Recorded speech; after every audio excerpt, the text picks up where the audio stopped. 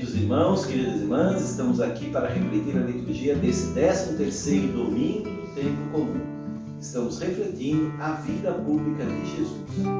Mas antes de entrarmos na nossa reflexão, eu convido a você, querido irmão, querida irmã, a entrar no nosso canal YouTube pe.celso.duarte, fazer a sua inscrição, clicar no sininho para receber as notificações e também divulgar esse vídeo com os seus colegas, com os seus amigos, nas suas redes sociais, pedir para que eles também façam sua inscrição para podermos chegar aos 1000 inscritos necessários para transmitir através do celular.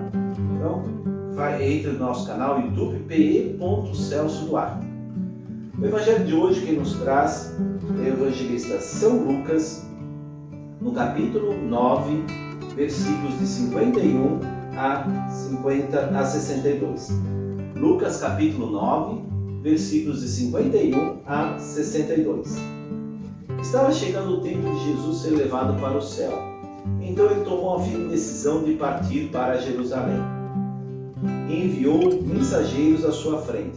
Esses puseram-se a caminho e entraram num povoado de samaritanos para conseguir alojamento para Jesus. Mas os samaritanos não o receberam porque Jesus dava a impressão de quem se dirigia para Jerusalém. Vendo isso, os discípulos Tiago e João disseram: Senhor, queres que mandemos descer fogo do céu para acabar com eles? Jesus, porém, voltou-se e os repreendeu, e partiram para o outro povoado. Enquanto ia andando, alguém no caminho disse a Jesus: Eu te seguirei para onde quer que fores. Mas Jesus lhe respondeu: As raposas têm tocas e os pássaros têm ninhos, mas o Filho do Homem não tem onde repousar a cabeça. Jesus disse ao outro: Siga-me. Esse respondeu: Deixa primeiro que eu vá sepultar meu pai. Jesus respondeu: Deixe que os mortos sepultem os seus próprios mortos, mas você vai anunciar o reino de Deus. Outro ainda lhe disse: Eu te seguirei, Senhor, mas deixa primeiro que eu vá me despedir do pessoal da minha casa. Mas Jesus respondeu: Quem põe a mão no arado e olha para trás, não serve para o reino de Deus. Meus irmãos, minhas irmãs, palavra da salvação. Glória a vós, Senhor. Estamos aqui diante deste momento que Jesus está caminhando para Jerusalém, onde vai sofrer a sua paixão, morte e depois ressuscitar. Por isso que ele disse, chegando o tempo de Jesus ir para o céu. Tomou essa firme decisão de ir para Jerusalém. Sabendo tudo aquilo que ele ia passar, Jesus toma essa decisão. Vamos todos para Jerusalém. Enviou mensageiros, puseram-se a caminho. Meus irmãos, é preciso se colocar a caminho. Mesmo sabendo as dificuldades que nós vamos enfrentar daqui para frente. Jesus sabia de tudo aquilo que ele iria passar, mas mesmo assim, ele tomou a firme decisão de ir para Jerusalém, seguir o seu caminho. E os passos para as condições que Jesus coloca para segui-lo não são fáceis, são difíceis. Então não tem garantias nenhuma que nós vamos passar bem, que vai correr tudo bem, nada disso. 3 cenários Jesus coloca aqui para o seu seguimento. Eu te seguirei para onde quer que fores. Eu te seguirei para onde queres que fores. E aí Jesus alerta: as raposas têm tocas, os pássaros têm ninhos. Ou seja, tem lugar para ficar, tem lugar para repousar, repousar a cabeça. Mas Jesus diz: não será assim entre vós. Então, segue. Se você está disposto a isso, sem saber a certeza de onde vai ficar, o que vai acontecer, esta é uma das condições para seguir Jesus.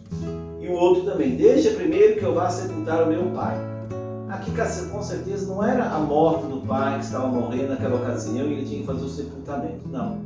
Aqui ele estava querendo dizer para Jesus: depois que meus pais morrerem, eu irei. Depois que meus pais morrerem, eu irei.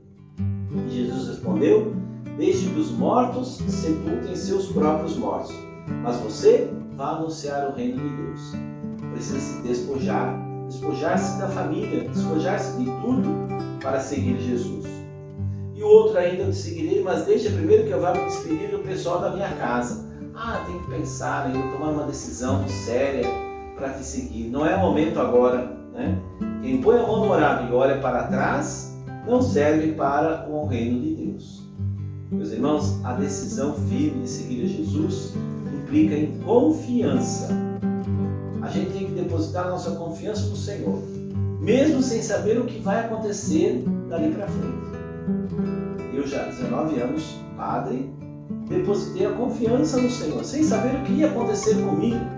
Mas estava numa situação estável, bem, mas quando o chamado vem, Jesus diz: segue-me. Foi nessas condições, sem ter a certeza de nada, do que iria acontecer, onde iria passar, se teria lugar para comer, para viver. Não. Quem toma o segmento, toma a decisão de seguir Jesus, precisa confiar no Mestre. E é isso que eu tenho feito nesse tempo todo. Confiar no Mestre.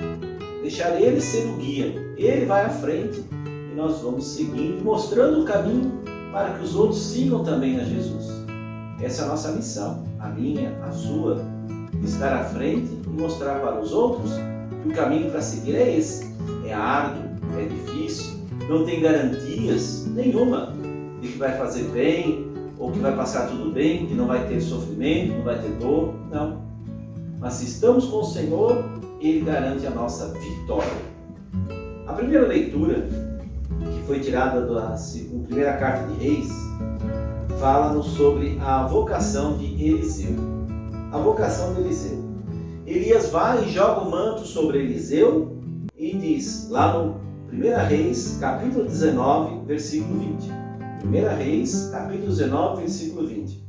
Eliseu joga o manto sobre Elias joga o manto sobre Eliseu e Eliseu disse: deixe meus bois, deixe primeiro dizer a meus pais que eu vou seguir. Mais uma vez, isso lembra aquela terceira condição de Jesus lá, que ele falou: deixe primeiro falar com meus pais, deixe primeiro pensar para seguir Jesus. E Eliseu então não teve dúvidas. Pegou aquela junta de bois, que ele estava conduzindo uma junta de bois, e ofereceu em sacrifício e deu essa carne toda para a sua família e foi seguir Elias. Deixou tudo para seguir Elias. Assim é a vocação. Depois, na segunda leitura da carta de São Paulo aos Gálatas, lá no capítulo 5, versículo 13. Carta de São Paulo aos Gálatas, capítulo 5, versículo 13. Irmãos, vocês foram chamados para serem livres. Que essa liberdade, porém, não se torne desculpa para vocês viverem satisfazendo seus instintos egoístas. Pelo contrário, disponham-se a serviço uns dos outros através do amor. São Paulo está dizendo aqui para nós não sermos escravos do pecado. Ser escravos do pecado não implica em não fazer a vontade de Deus. Implica em não seguir Jesus Cristo. Porque Cristo nos libertou para que sejamos verdadeiramente livres. E a gente será verdadeiramente livres quando nós estivermos despojados dos bens, sem pecado. O pecado nos afasta de Deus. O pecado é como se fosse uma barreira, um muro que se coloca diante de nós e Deus. Esse é o pecado. E que nós não devemos deixar essa barreira crescer, ir à nossa frente.